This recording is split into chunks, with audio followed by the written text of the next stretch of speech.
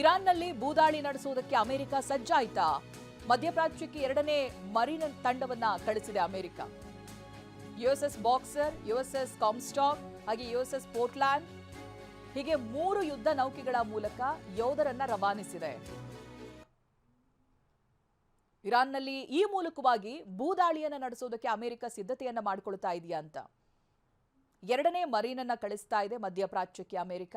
USS boxer ಕೂಡ, USS ಕಾಮ್ಸ್ಟಾಕ್ ಕೂಡ ಹಾಗೆ ಯುಎಸ್ಎಸ್ ಪೋರ್ಟ್ಲ್ಯಾಂಡ್ ಕೂಡ. ಮಧ್ಯಪ್ರಾಚ್ಯದತ್ತ ಅಮೆರಿಕದ ಮತ್ತೊಂದು ಯುದ್ಧ ನೌಕೆ ಕೂಡ ಬರ್ತಾ ಇದೆ.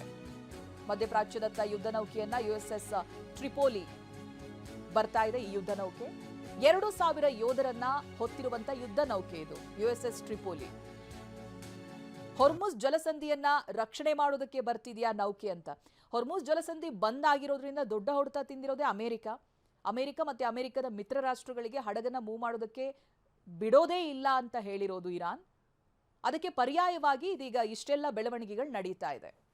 ಹರೀಶ್ ಈ ಬಗ್ಗೆ ಮಾಹಿತಿಯನ್ನ ಕೊಡ್ತಾರೆ. ಹರೀಶ್, ಆಫ್ ಕೋರ್ಸ್ ಅಮೆರಿಕ ಈ ಹಿಂದೆ ಸವಾಲ್ ಹಾಕಿದಂತೆ ಎಂದು ನಡೆದುಕೊಂಡಿಲ್ಲ. ಹೊರ್ಮುಜ್ ಜಲಸಂಧಿಯವನ್ನ ವಶಪಡಿಸ್ಕೊಂಡು ಬಿಡ್ತೀವಿ ಅನ್ನೋದಾಗಿ ಥ್ರೆಟ್ ಹಾಕಿತ್ತು. ಥ್ರೆಟ್ಗೆ ಇರಾನ್ ಯಾವುದೇ ರೀತಿಯಾಗಿ ಸೊಪ್ಪಾಕಿಲ್ಲ. ಇವಾಗ ಏನ್ ಡೆವಲಪ್ಮೆಂಟ್ ನಡೀತಾ ಇದೆಯೋ ಅದು ಮುಂದೆ ಹೊರ್ಮುಜ್ ಜಲಸಂಧಿಯನ್ನ ವಶಪಡಿಸಿಕೊಳ್ಳೋದಕ್ಕೆ ಆಗ್ತಾ ಇರುವಂತದ್ದು ಅಂತ ಹರೀಶ್. ಈಗ ಹೊರ್ಮುಜ್ ಜಲಸಂಧಿ ಸಂಪೂರ್ಣ IRGC ಹಿಡಿತದಲ್ಲಿರುವಂತಹದ್ದು. ಯಾವುದೇ ರಾಷ್ಟ್ರಗಳು ಮನವಿ ಮಾಡಿಕೊಂಡ್ರೂ ಕೂಡ ಸಂಪೂರ್ಣ ಹಿಡಿತವನ್ನು IRGC ಸಾಧಿಸಿದೆ. ಮತ್ತು ಅಮೆರಿಕ ಎಷ್ಟೇ ಒತ್ತಡವನ್ನು ಇರಾನ್ ಮೇಲೆ ಹೇರಿದ್ರು ಕೂಡ IRGC ಸಂಪೂರ್ಣ ಹಿಡಿತವನ್ನು ಕೈ ಬಿಡ್ತಾ ಇಲ್ಲ. ಬೇರೆ ಬೇರೆ ದೇಶಗಳಿಗೆ ಅಮೆರಿಕ ಮನವಿಯನ್ನು ಮಾಡಿಕೊಳ್ತು, ಬನ್ನಿ ಹೊರ್ಮುಜ್ ಜಲಸಂಧಿಯಲ್ಲಿ ಇರ್ತಕ್ಕಂಥ ಹಡಗುಗಳನ್ನು ಬಿಡಿಸ್ಕೊಂಡು ಬರೋಣ, ನಮ್ಮ ಜೊತೆ ಸಾಥ್ ಕೊಡಿ ಅನ್ನುವಂಥ ನಿಟ್ಟಿನಲ್ಲಿ ಕೇಳ್ಕೊಳ್ತು.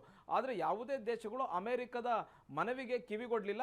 ಮತ್ತು ನಾವು ಹೊರ್ಮುಜ್ ಜಲಸಂಧಿಯತ್ತ ನಮ್ಮ ನೌಕೆಗಳನ್ನು ಯಾವುದೇ ಕಾರಣಕ್ಕೂ ಕಳಿಸಲ್ಲ ಅನ್ನುವಂಥ ನಿರ್ಧಾರವನ್ನು ನ್ಯಾಟೋ ದೇಶಗಳಾಗಿರ್ಬೋದು ಮತ್ತು ಅಮೆರಿಕ ಮಿತ್ರ ಪಡೆಯ ದೇಶಗಳು ಈ ರೀತಿಯಂಥ ನಿರ್ಧಾರವನ್ನು ತೆಗೆದುಕೊಂಡವು.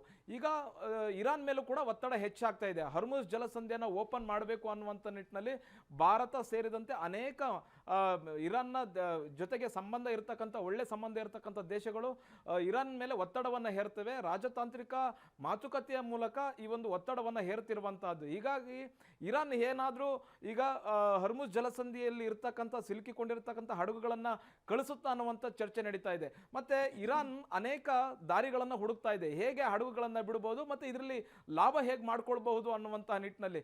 ತಮಗೆ ಯಾರು ಸ್ನೇಹದ ರಾಷ್ಟ್ರಗಳಿರ್ತವೆ ಆ ರಾಷ್ಟ್ರಗಳಿಗೆ ಮಾತ್ರ ಹಡಗುಗಳನ್ನು ಬಿಡಬೇಕು ಅನ್ನುವಂಥ ಚರ್ಚೆಯನ್ನು ಇರಾನ್ ಮಾಡ್ತಾ ಇದೆ. ಅದರಲ್ಲೂ ಮೂಲಕ ಯಾವ್ಯಾವ ದೇಶಗಳ ಹಡಗುಗಳಿವೆ ಆ ಹಡಗುಗಳನ್ನು ನೋಂದಣಿ ಮಾಡ್ಕೊಳ್ಬೇಕು. ನೋಂದಣಿ ಮಾಡಿಕೊಂಡು ಹೊರ್ಮುಜ್ ಜಲಸಂಧಿಯಿಂದ ಪಾಸ್ ಆಗುವಂತ ನೋಡ್ಕೋಬೇಕು. ಮತ್ತೆ ಆ ಹಡಗುಗಳು ಅದೇ ದೇಶಕ್ಕೆ ಹೋಗ್ತಾವ ಅನ್ನುವಂಥದ್ದನ್ನು ಕೂಡ ಖಚಿತ ಮಾಡ್ಕೊಳ್ಬೇಕು ಅಂತ. ಹಾಗಾದ್ರೆ ಯಾವ್ಯಾವ ದೇಶಗಳಿಗೆ ಬಿಡುತ್ತೆ ಈ ಚಿಂತನೆ ನಡೆಸ್ತಾ ಇದೆ ಅಂತಂದ್ರೆ ಭಾರತ, ಪಾಕಿಸ್ತಾನ, ಚೀನಾ ಹೀಗೆ ದಕ್ಷಿಣ ಏಷ್ಯಾದ ರಾಷ್ಟ್ರಗಳೇನಿದೆ, ಪೂರ್ವ ಏಷ್ಯಾದ ರಾಷ್ಟ್ರಗಳೇನಿದೆ, ಈ ರಾಷ್ಟ್ರಗಳಿಗೆ ಹಡಗುಗಳನ್ನು ಬಿಡಬೇಕು ಅನ್ನುವಂಥ ಆಲೋಚನೆಯನ್ನ ಮಾಡ್ತಿದೆ.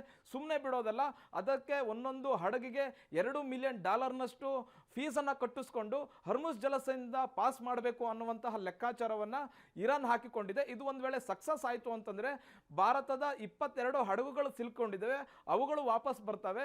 ಜೊತೆಗೆ ಮತ್ತಷ್ಟು ಹಡಗುಗಳು ಇಲ್ಲಿಂದ ಹೋಗಿ ಹೊರ್ಮುಜ್ ಜಲಸಂಧಿಯ ಮೂಲಕ ತೈಲವನ್ನು ಮತ್ತೆ LPG, LNG, CNG ತೆಗೆದುಕೊಂಡು ಬರಲಿಕ್ಕೆ ಸಹಾಯಕ ಆಗುತ್ತೆ. ಮತ್ತೆ ಭಾರತದಲ್ಲಿ ಈಗ ಅಭಾವ ಸೃಷ್ಟಿಯಾಗಿರ್ತಕ್ಕಂಥ ತೈಲಾಭಾವ ಸೃಷ್ಟಿಯಾಗಿದೆ, LPG ಅಭಾವ ಸೃಷ್ಟಿಯಾಗಿರ್ತಕ್ಕಂಥದ್ದು. ಇದನ್ನು ಸರಿ ಮಾಡಬೇಕು ಅಂತಂದ್ರೆ ಹೊರ್ಮುಜ್ ಜಲಸಂಧಿ ಓಪನ್ ಆಗಲೇಬೇಕಾಗುತ್ತೆ. ಮತ್ತೆ ಇರಾನ್ ಕೂಡ ಹೊರ್ಮುಜ್ ಜಲಸಂಧಿಯನ್ನ ಓಪನ್ ಮಾಡೋದಕ್ಕೆ ಇರ್ತಕ್ಕಂಥ ಮಾರ್ಗಗಳನ್ನು ಹುಡುಕ್ತಾ ಇದೆ. ಮತ್ತೆ ಇದರಲ್ಲಿ ಹೇಗೆ ಬೇರೆ ಬೇರೆ ಶತ್ರು ರಾಷ್ಟ್ರಗಳಿಗೆ ಹೇಗೆ ಒತ್ತಡವನ್ನು ಹೇರಬಹುದು ಇದ್ರ ಮೂಲಕ ಅನ್ನುವಂತಹ ಪ್ಲಾನ್ ಅನ್ನು ಕೂಡ ಮಾಡ್ತಾ ಇರುವಂತಹದ್ದು. Chaitra, okay, thank you Harish ಮಾಹಿತಿಗಾಗಿ.